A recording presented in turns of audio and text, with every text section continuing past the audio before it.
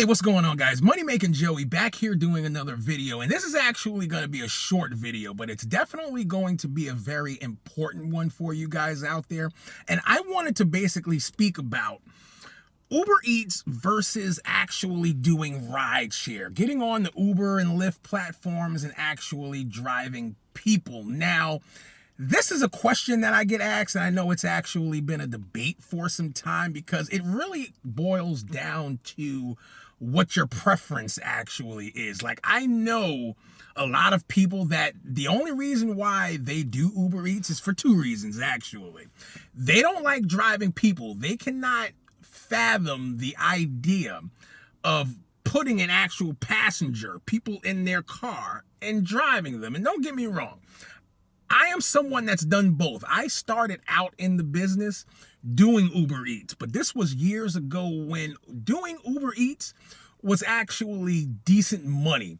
When they started to peel the money back was when I decided to say, hey, you know what? I'm going to go ahead and do rideshare. So in the opinion of someone who has actually done both, I actually enjoy doing rideshare way better than I do Uber Eats. And I've actually did Uber Eats a couple weeks ago just to kind of give it a test, and that fact still does remain.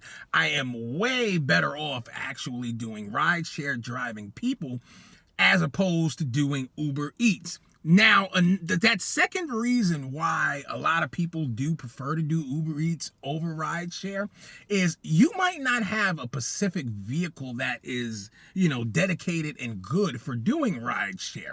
You might have a 2002 Honda Accord. They wouldn't even let you get that on the rideshare platform to take people, but you can definitely do Uber Eats with that. And I don't knock it, because now, for a lot of people, if you make the decision to go ahead and get a new car or a newer car better than that '02 Honda Accord, it's going to cost you more. That '02 Honda Accord, you probably don't have a car payment for, whereas us with newer cars, we actually have higher insurance, we got to have full coverage, and then now we have monthly payments that we actually have to make on the cars.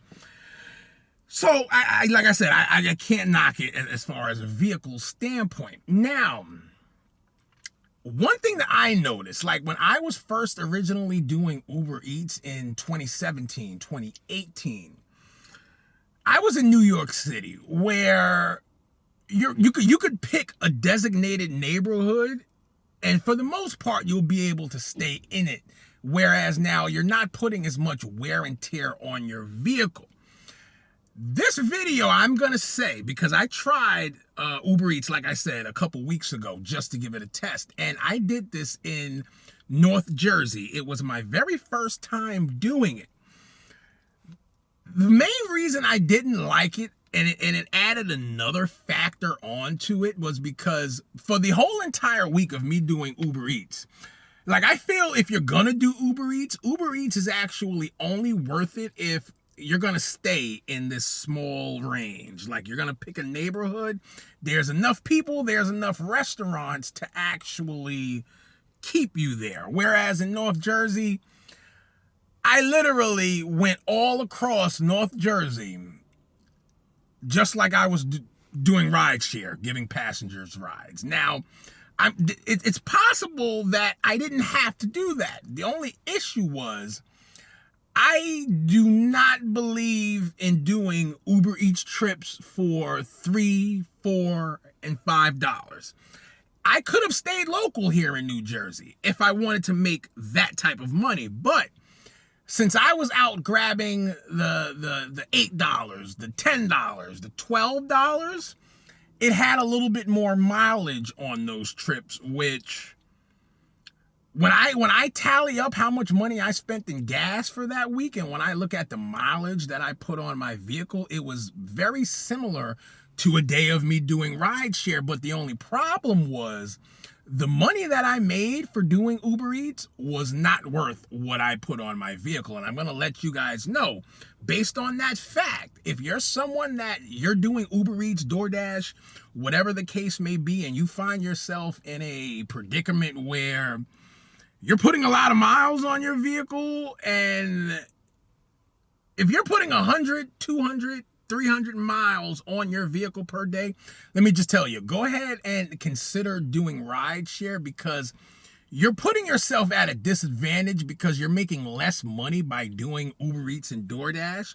Whereas now, imagine if you were just willing to, go ahead and do rideshare, you could be making double whatever it is that you're making right now doing Uber Eats or DoorDash. So, that's something to consider. Like, don't get me wrong. I am the type of person, like my name is Money Making Joey. And I'm going to be honest with you guys. Wherever the money is, I'm going to be. If I did that week of Uber Eats and I felt like, hey, you know what? It's worth it. The money is here. Like, I transitioned back out of rideshare into Uber Eats during the pandemic, 2020, 2021. When that money dried up again, I was right back into doing rideshare. So it's like, I am going to go wherever the money is. If it made sense for me to do food deliveries, I do food deliveries. But if I'm going to put the same mileage on my car, the same wear and tear, I might as well go where the money is at, which if I can make double the amount doing rideshare, you got to actually think about it. Like, numbers always, have to make sense. And that's where I'm actually going to leave this video. Let me know in the comments what you guys think. If this is your first time seeing me on YouTube, do definitely go ahead, give this video a thumbs up and get subscribed to the channel. Money Making Joey, I'm out of here, and I will see you guys in the next one.